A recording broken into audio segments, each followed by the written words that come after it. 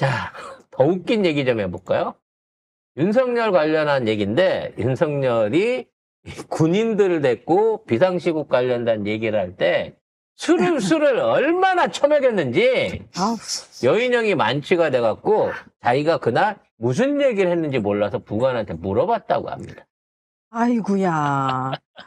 자, 이게 개엄 한 달 전이에요, 한 달 전. 한 달 전. 아니, 3일. 3일 전이에요, 3일 전. 자, 비상계엄 선포 3일 전인 지난해 11월 30일 여인영이 윤석열이 주재한 만찬에 참석을 했던 상황을 진술을 했는데 누가? 수행부관이 진술을 했는데 술을 굉장히 센 편인데 사령관님이 술이 굉장히 센 편인데 그날은 어느 순간 보니 주무시고 계신 것을 봐서 꽤 많이 드셨구나라고 생각을 지가 했다고. 먹어봐야 평생 폭탄주 50잔을 말아 드시는 윤박구의 그 주량을 지가 어떻게 따라갑니까, 군인 정도가. 돈이 없어서도 그렇게 못 먹어요, 군인은.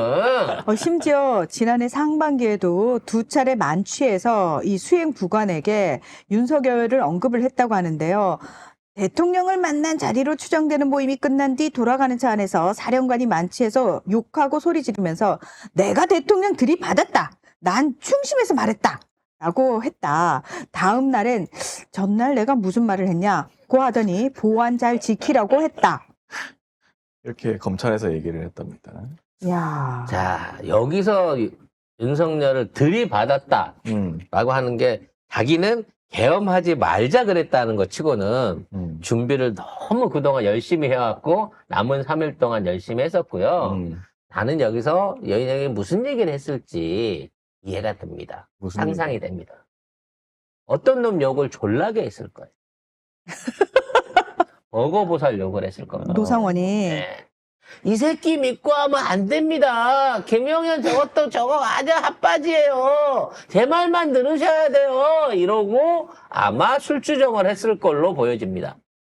왜냐면 여인형도 김용현도 그렇고 저기도 그렇고 노상원도 그렇고 절대 믿으면 안 되는 거야. 위험한 인물로 오래전부터 주변 사람들한테 얘기하고 그런 같은 메모들을 꾸준하게 남겨왔어요.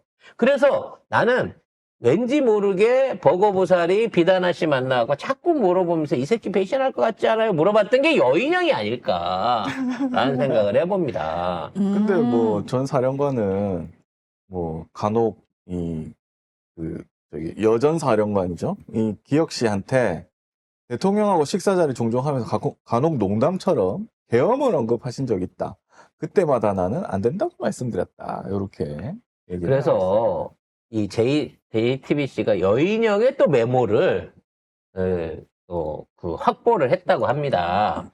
거기 보면 작년 여름부터, 그러니까 5월 이후죠. 계엄 논의를 계속 했고 그런 계엄 논의에 대한 것들에 일부 군수내부가 반대 입장을 밝혔다라는 얘기가 있어요. 그러니까 이 계엄 논의 이후에 얘는 이러한 얘기를 주고받은 군 인사들의 반응까지도 전부 추적해서 기록을 하고 있었다는 겁니다. 그중에 가장 강력하게 반대했던 사람이 강호필 지상작전 사령관이라는 거예요. 그래서 이분 같은 경우에는 아예 전역을 하겠다 그럼 나는 이분 별 4개래요. 대장이신데 나 전역하겠다라고 하면서까지 이거를 극렬하게 반대했다고 합니다. 그래서 육군 사령관. 네, 그래서 이분에 대한 증언이 앞으로 조금 강호필 조금 얘기가 나올 수 있을 것 같습니다. 그래서 6월 달까지만 해도 삼청당 안가로 불렀는데 이분이 그렇게 강력하게 반대를 하니까 그 이후로 추가 모임에는 안 불렀고 그렇죠. 사실상 계엄 세력들한테 왕따를 당하고 있다는 거죠. 그리고 얘는 자꾸 이제 자기가 이걸 반대했다고 주장을 하지만 결국은 가장 적극적으로 이 모든 사안을 준비한 사람이 난 얘라고 보는 거야.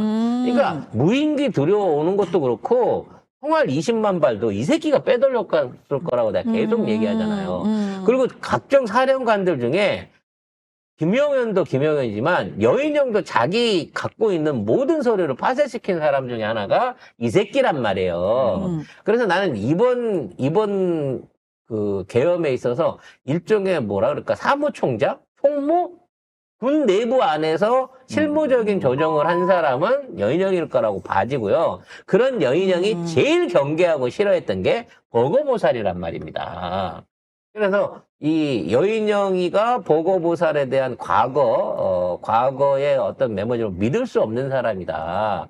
군에는 어울리지 않는 사람이다라고 하는 내용에 대한 메모도 있고 그런 진술을 꾸준하게 해왔기 때문에 아마 이 두 사람의 알력이 결과적으로 뭔가 이번 계엄 안에서의 진행에서 트러블을 만들지 않았을까라는 걱정도 좀 있기는 있습니다. 마지막으로 이거만 하나 하고 갈까요? 고독한 미식가? 아, 고로. 저는 다른 얘기를 하려고 했는데 고로 이 얘기도 아저씨가 한번 합시다. 왔죠. 네. 고로 아저씨가 한국에 왔어요. 고로 예. 아저씨 자주 오시긴 했는데요. 네. 저 사실 고독한 미식가 되게 애청자였거든요. 예. 그래서 이제 그거 보신 분들도 있을 겁니다만 저도 가끔 보기는 봤습니다만 윤석열을 비교를 했다는 거예요. 근데 여러모로 윤석열하고는 일단 아이씨. 차이가 큽니다.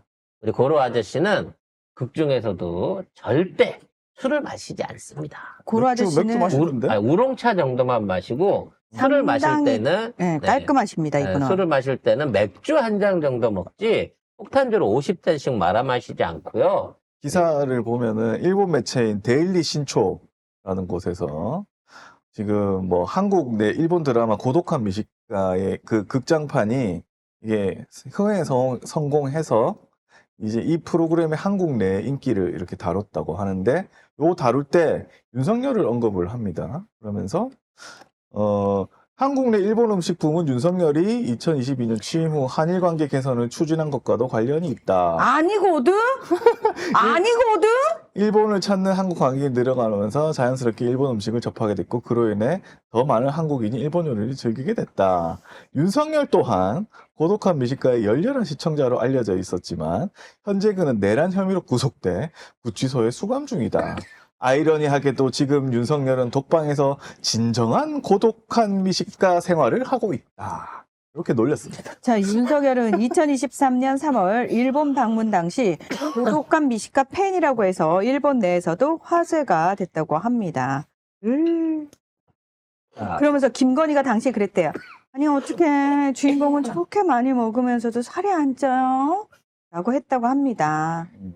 자, 그러니까 식당 주인이 그 드라마 주인공이 여기도 왔는데 많이 먹는 것은 사실이지만 살을 빼기 위해 엄청나게 노력한다고 말한 것으로 알려졌다고 합니다. 예. 아유. 그러니까 이분은 그냥 그 어떤 연기의 차원에서 그 정도의 먹는 모습이나 이런 것들도 다 연기를 한 거지. 그렇죠. 실제로 이분이 막 실제로 그렇게 드시는 분이 아니라고 합니다. 이분이 그랬대잖아요. 고독한 미식가의 가장 큰 안티가 자기다. 나는 실제로 먹지도 않는데. 그러니까 내막을 잘 모르는 상황에서 일본 입장에서는 그냥 네가 혼자서 독방에서 밥 처먹는다라는 걸로 놀리려고 이 얘기를 꺼낸 거지. 고독한 미식가의 팬이 고독한 미식가가 되었다라고 하는 게 얘는 미식가도 아니고요. 다식가도 아니고 그냥 다 주가입니다. 그냥 폭주가. 폭주가 알코올 중독자예요.